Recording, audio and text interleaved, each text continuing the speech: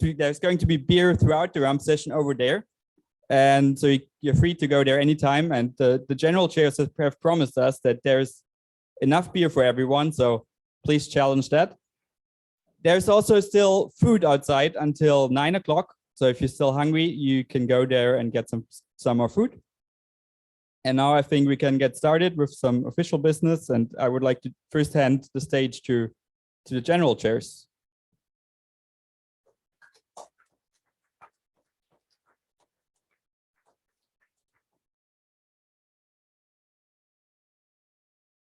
So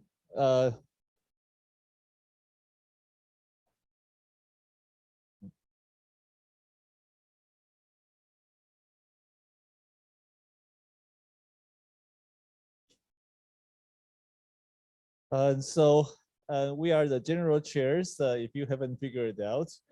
And that's Kaimin and that's me, Bo Yan. And like the basic figures of this Asiacrypt is that we have lots of attendees, 251. There's 104 students, and we handed out quite a few stipends. There are 159, that's nearly 160 for workshops, and of which 20% only signed for workshops and nothing else. A breakdown of those guys who showed up. So this is the total number. Now you look at it and think that it doesn't look so strange. And the thing is, this is the total number, including remote attendees. Yeah. So there is 457 attendees, including remote. Of course, locals are the most numerous because it's easiest for us to be here. And the USA has the next higher number, and it goes down with Korea, Japan, Korea, China, France, Germany. The usual suspects. If we look at on-site people only, then we realize that maybe a quarter is local. And Korea, I really love Koreans. They showed up for our Asiacrypt in such force. And then there is 26 from the US, and there's, again, the usual suspects. And we have to apologize that only, one person from Hong Kong and no person from mainland China was able to make it. We know that they had the zero COVID policy, and so that maybe 30 or 40 people that would otherwise like to come. So all in all, it's not a bad number that's showing up here. And that's basically it. And we will turn this over to Shweta, Professor Shweta Agrawal.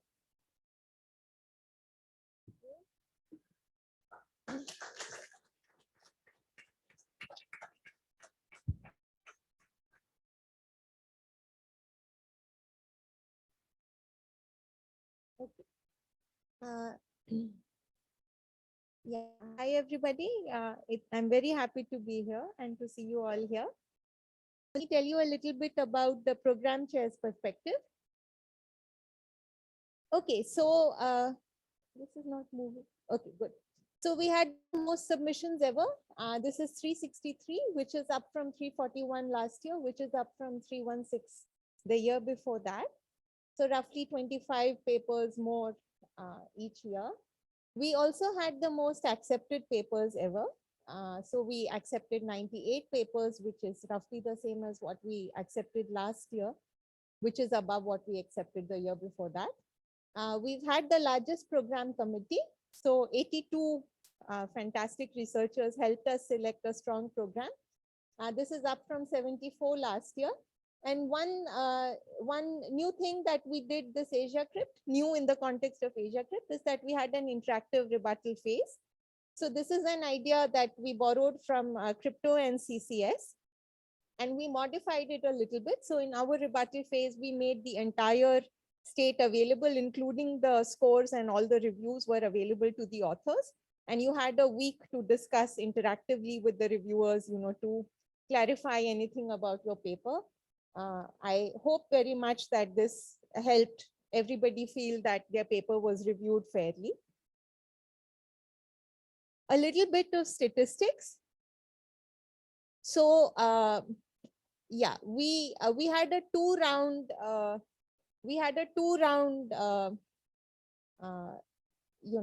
decision phase. In the first round, we rejected 140 papers. So here the logic, as you can imagine, was that it's beneficial for the authors because you can start working on your papers early. It's beneficial for the program committee because they can focus all their attention on the papers that remain.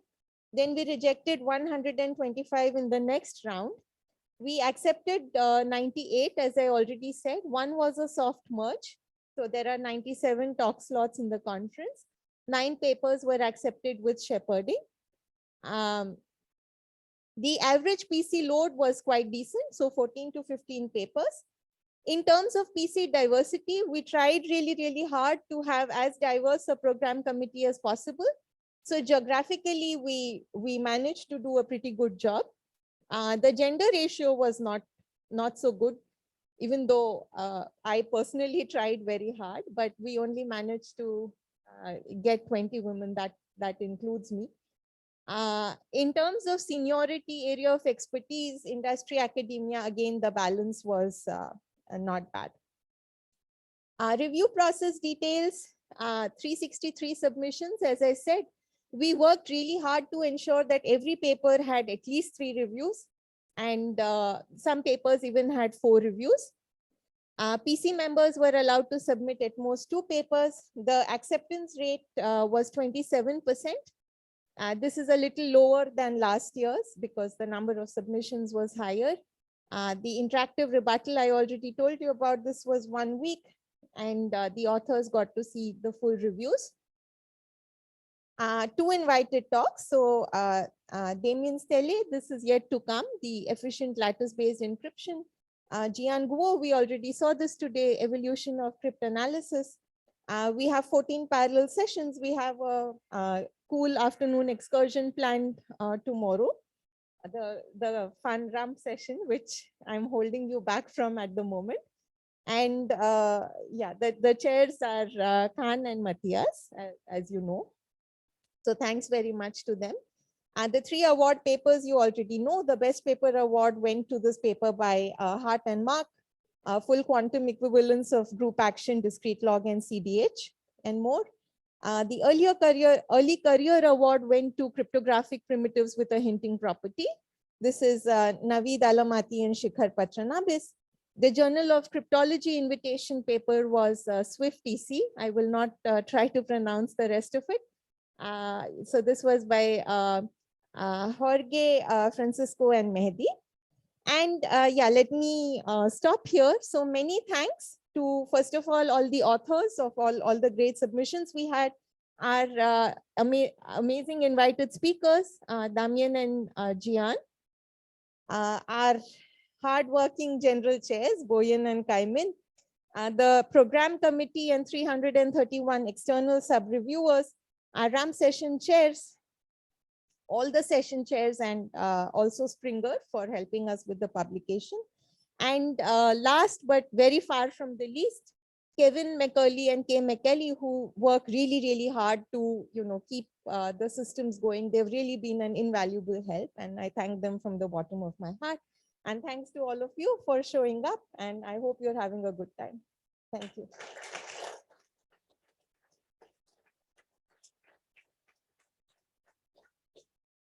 Okay, so I will now have the pleasure of announcing the Test of Time Award.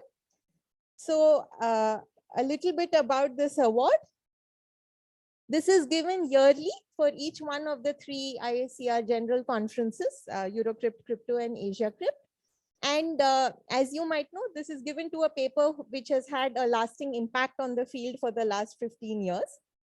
Yeah, so you can, yeah, I already said this. So instead of X and Y, I mean, last 15 years. So, you know, we're choosing the most impactful paper. It's selected by a yearly rotating committee. This year's committee comprised of these folks.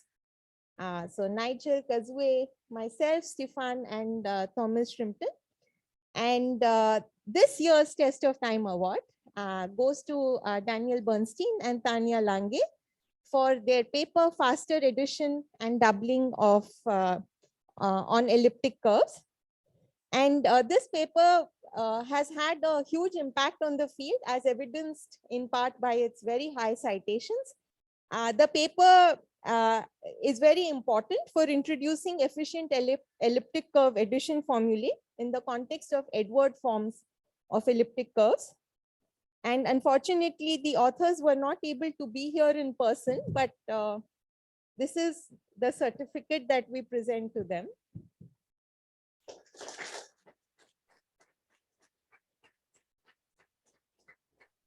So Shweta, Here online.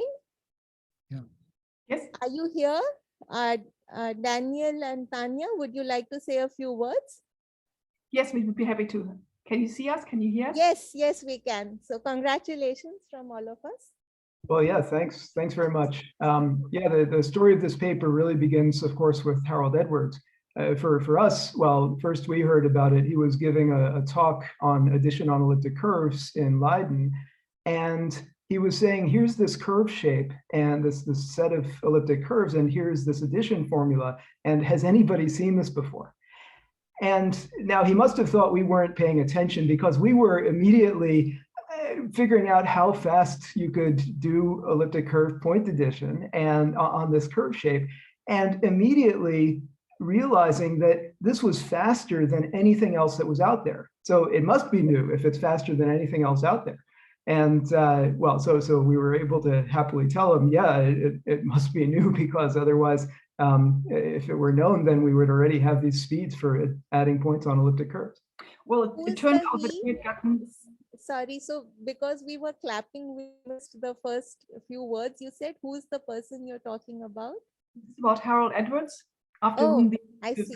Yes, yes, yes. Yeah, Edwards please go on. would give you a talk in 2007, and it turned out that he had been working on this for 10, 12 years, and he even had tried to submit it to journals and got rejected with, this must be well known. And so he was very humble and very modest and asked me, has anybody seen those? And as then just explained, we could give him a quick confirmation that no, if anybody had seen those, then elliptic curve cryptography would be much faster. Now, he had by then gotten his paper accepted on the pure math side, and we were doing the elliptic curve formulas, and we really tried to get him on this paper, and him being a very modest and humble person, he didn't want to. On the other hand, and maybe this turned out more beneficial to him, this way we could name the curves after him, so that's why they're called Edwards curves.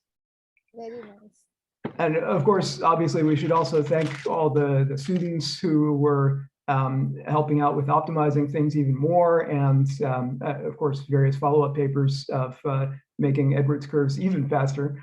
Yeah, and well, thank you very much to the selection committee and to whoever nominated us. Thank you very much. It's nice to see this recognition. Thank you so much.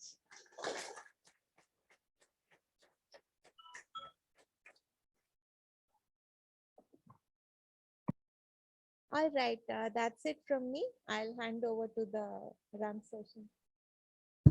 Sorry. sorry. Oh, So this is Michelle here. sorry. Yes. I would like to just a quick question. I don't know if my slides were added to the slide deck that you have there, or whether I should share the screen using my own slides. The slides you just showed were all we got. So can you maybe share your own screen? Okay, all right.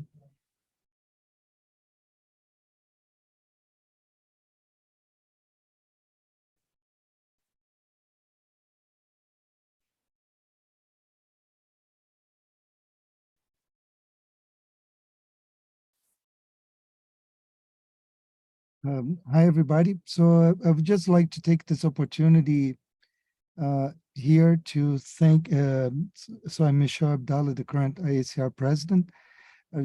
I'm sorry for not being there in person, but I would like to take this opportunity to thank the people who made this conference possible and successful. So I would like now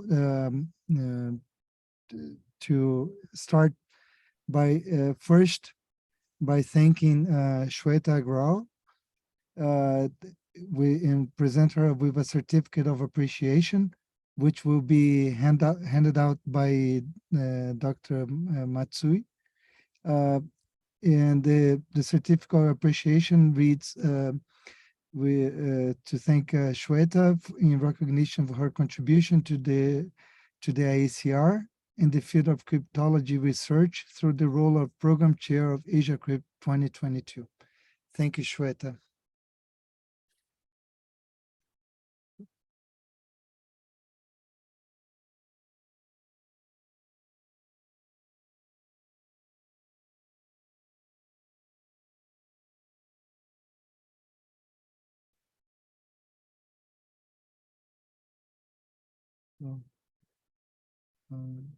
So next,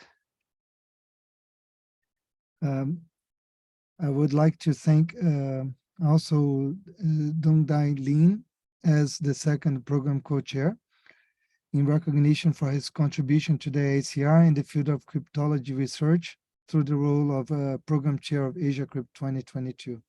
So Dr. Matsui would also help hand out the certificate to Dongdai.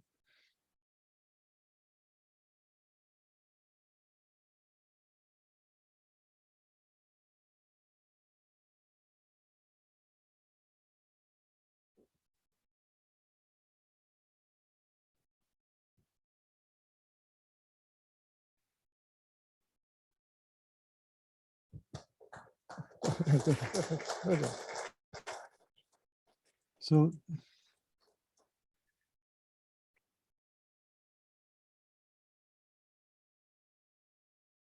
my screen is not big enough for me to see.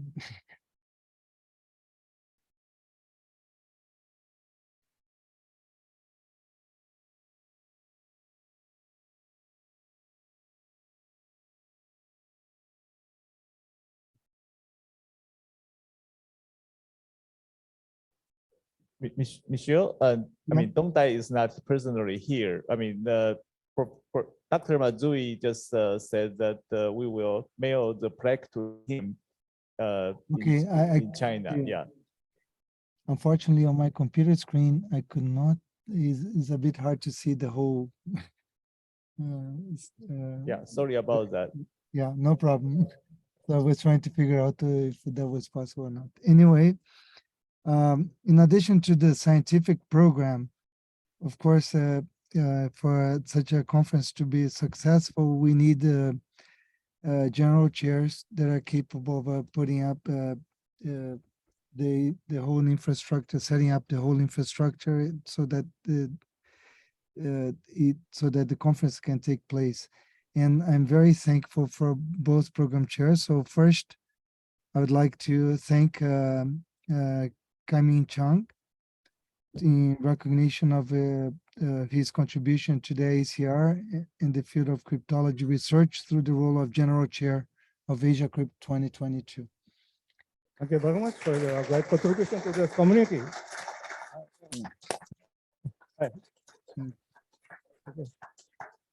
Okay.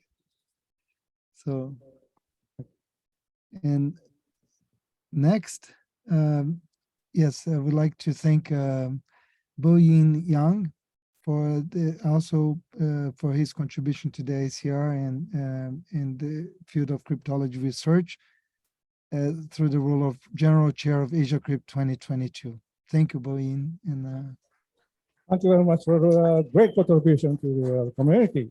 Okay. Okay. Okay. all right.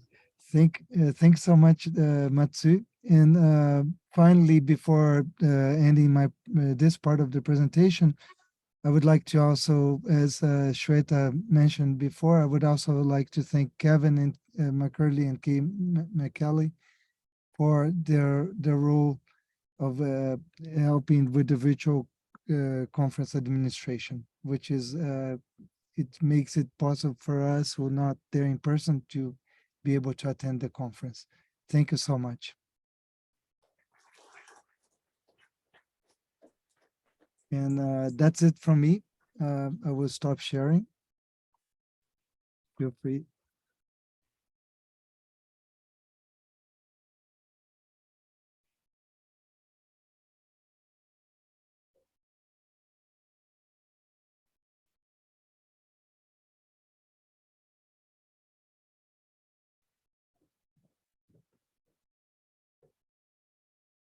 Mic check 1 2 1 2. Asiacrypt 2022. Asiacrypt 2022. Hey. Asiacrypt 2022. Hey. Hey. Asiacrypt 2022. Hey. Hey. Asiacrypt 2022. Hey. Wait. Do we have a beat or something? Oh. Can I ask you for help? Like, can you? Okay, so can you just follow me? Like, you know. I don't want to clap too much.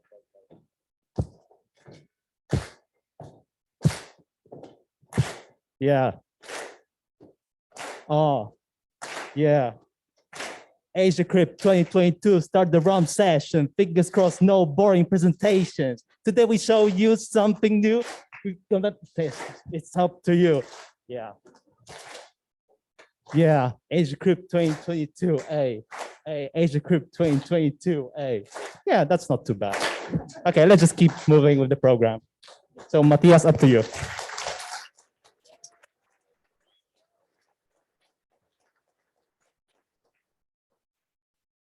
Welcome again. I'll continue without wrapping, otherwise everyone is gone very quickly.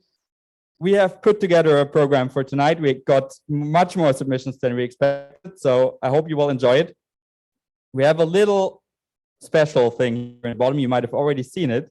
And for those of you who have been at chess in Atlanta in 2019, you might be a little familiar with this already, but it's even better now. So if you go to this website, you will find a forum where you can enter a message. That's similar as chess in Atlanta, and will show up in the bottom here. Seems to work. But there's also a button below that that says next slide. And if enough people press this button, then it will go to the next slide. So maybe we can try that now, and some people, there's a counter there in the bottom, can press the next slide button, and then it should go to the next slide. The website is, the link is here in the top. That works, nice. So now we just need to continue. Okay, there is also prizes. We have bought some pineapple cakes. Too quick. We bought some pineapple cakes. So the two best talks are going to get some more pineapple cakes. And now we go ahead. So you will see that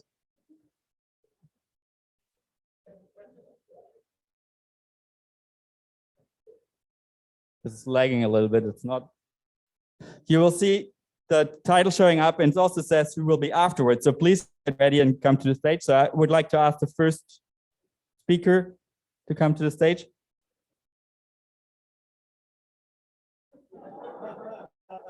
Okay, let me go back to the website once more, and then we get started.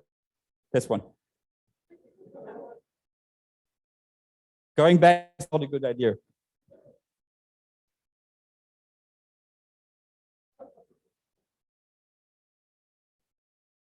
Yes. Okay, now you got it, and we can start.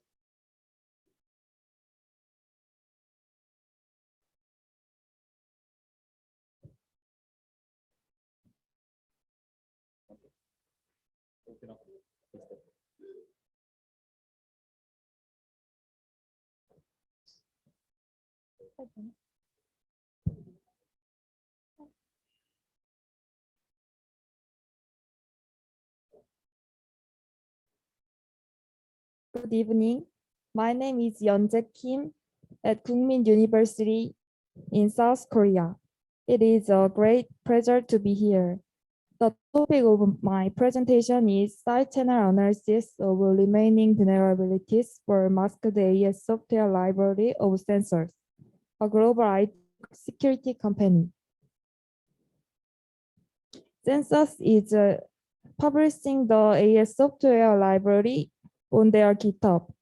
The published code is the C code of AES encryption and decryption, and the first order Boolean masking, which is a countermeasure against side channel analysis, is applied. The characteristics of the code are as follows. Add round key, MS byte, zip throw, masking change, and mixed columns are implemented as a function respectively. The input-output of each function is stored in a form of a 4x4 two-dimensional array. A total 6 random values are used, and the change of the masking value is shown in the figure below. However, the code has a vulnerability in side channel analysis even though Boolean masking is applied. The coupling effect is a physical effect that neutralizes this masking.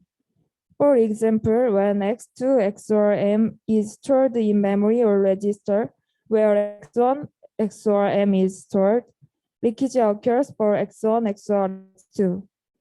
Combined correlation power analysis is a side channel analysis using the correlation between the power consumption and the XOR result of the two intermediate values by using leakage due to the coupling effect.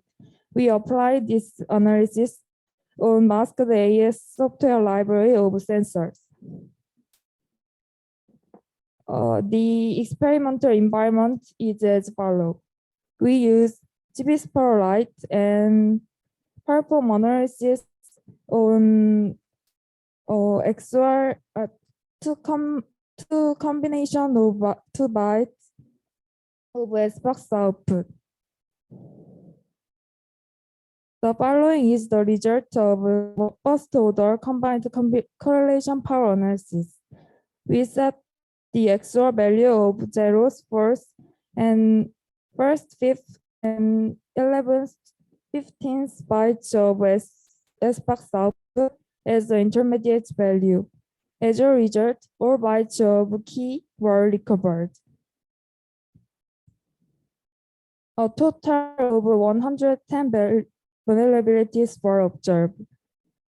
And among them, the case with the difference of 4 bytes was the most vulnerable. When counting the number of vulnerabilities for each function, masking change has the most vulnerabilities and the highest correlation coefficient. Experimental results show that masking needs to be designed to eliminate residual vulnerabilities. Thanks for your attention.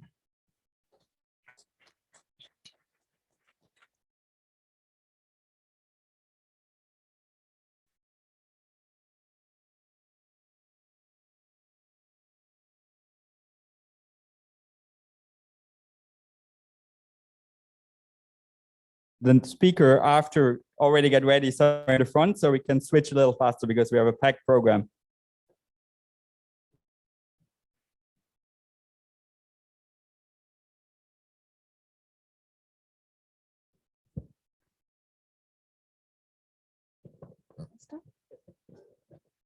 Hi, good evening.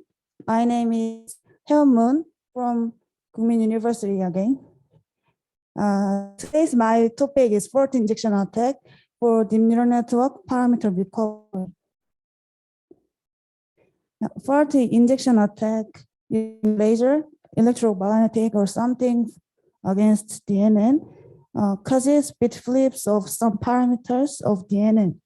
The attack disturbs classification or recovers some parameters. In previous work, Breyer proposed SNF that can reverse engineer neural networks with fault injection attack. When the activation function of the last layer is softmax, and the attack target is the last layer of student model that has performed transfer learning like this.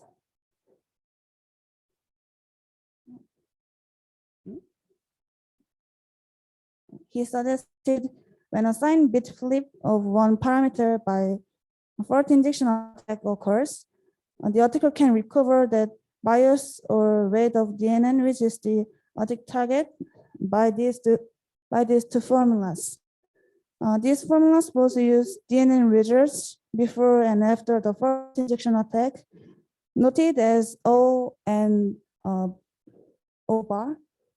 And in the case of weight recovery, it additionally uses the output of the last hidden layer, and it is noted as H.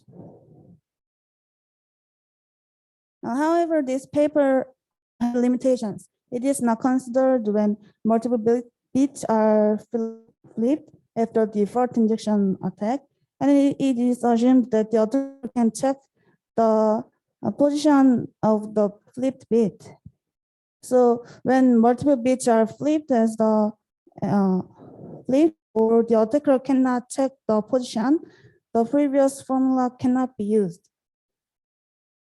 So we propose generalized formula and algorithm to recover the parameters. In other words, multiple bits can be occurred, and the attacker does not need to know where the bits are flipped. And this lambda is an essential symbol to our formula. It means the ratio of parameter values before and after fault injection attack. For example, when the LSB bit of the exponent of the floating point number is flipped from 1 to 0, it can be computed like this. Here the lambda is 2, and it can be pre-computed before the attacker recovers the parameters. Finally, this is our new formula using the formula presented in the previous work. Instead, one of two, we use one of 1 minus lambda to both, and the others is same. Although detailed proof was written, it behaves similarly to the previous study. But still, the attacker cannot know the position of flipped bit, so he also cannot know the value of lambda. However, the target bias or weight is fixed before the attack. So perform multiple fault injection attacks to obtain multiple fault injection values. For possible lambdas, compute bias or weight, which is the attack target, by using these two formulas, and to do this recursively. If the same values are out, it is a correct parameters. Okay. Thanks for listening.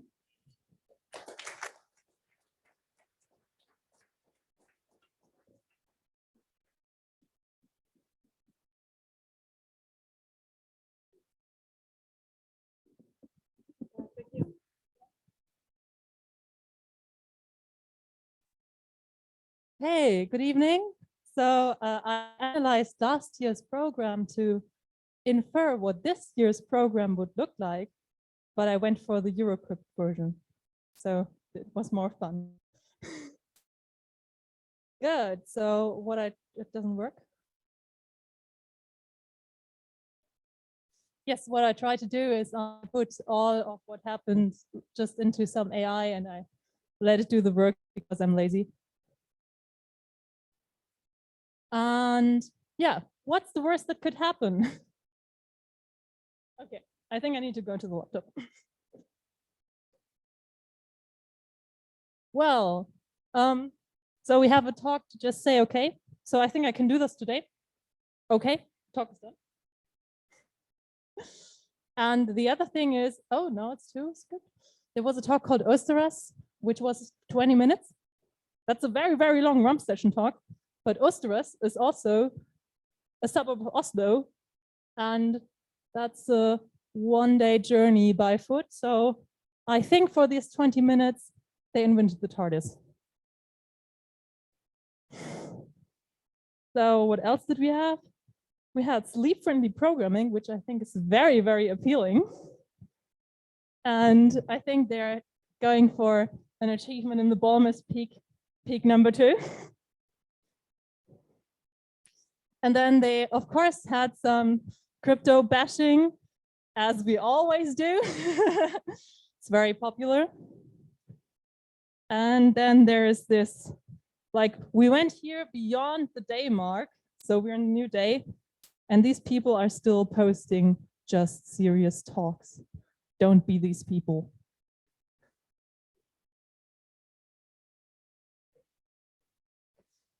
Then we have a very bullshitty name, something we need to know.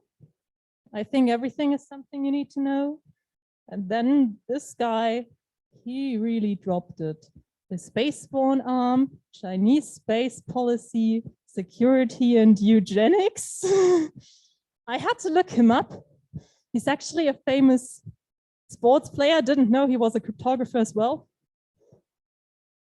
And then we also get security through transparency, which is kind of good. And the last thing that the bot generated for me was cryptocurrency, privacy, decentralization, harm. And I thought that was the time to call it quits. And now for today's sponsor. Oh no, in a second. Yeah, the AI didn't want anymore, but today we will get to the sponsor. We have a very, very good sponsor today. It's Satan as a Service. It is for all your good evil deeds. And we do have a white paper because we are very serious about our crypto research. So read it. So what do we provide? Well, most of all, we provide cryptocurrency, privacy, decentralization, and harm. And there's a free trial. You should check it out. No strings attached. And let's get into our white paper for 1 second. So we have a scheme called EVIL, and it means existential vulnerability, vulnerability in identity-based luxury. I will explain to you what this notion means. There's a two-phase protocol. First, there's a setup. So basically, you have a luxury venue, which is just a hotel like the Regent Taipei. And you have a devil, which is me. And so in the setup phase, you would register or make a booking, which I didn't. And then in the online phase, what you do is you could request some beverages. And then, you know, they would actually kind of like try to find out, so are you entitled to have breakfast here? And then, you know, they should give it to you or they should kick you out. And of course you win.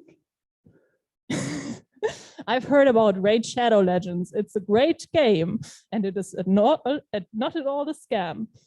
So yeah, so what can we do here? What can Satanas do for you? Well, we try to prove that evil is possible, but we do need your help, and this is the interactive part. We are security researchers, so let's show that the ID protocol is actually a big failure. Let's do a breakfast swap. So I'm serious. There is a website. You can register your hotel, your email, and if you participate, then I will match you up with other people who want to swap breakfasts and have a breakfast in a place that they did not ID in. Thanks for your attention.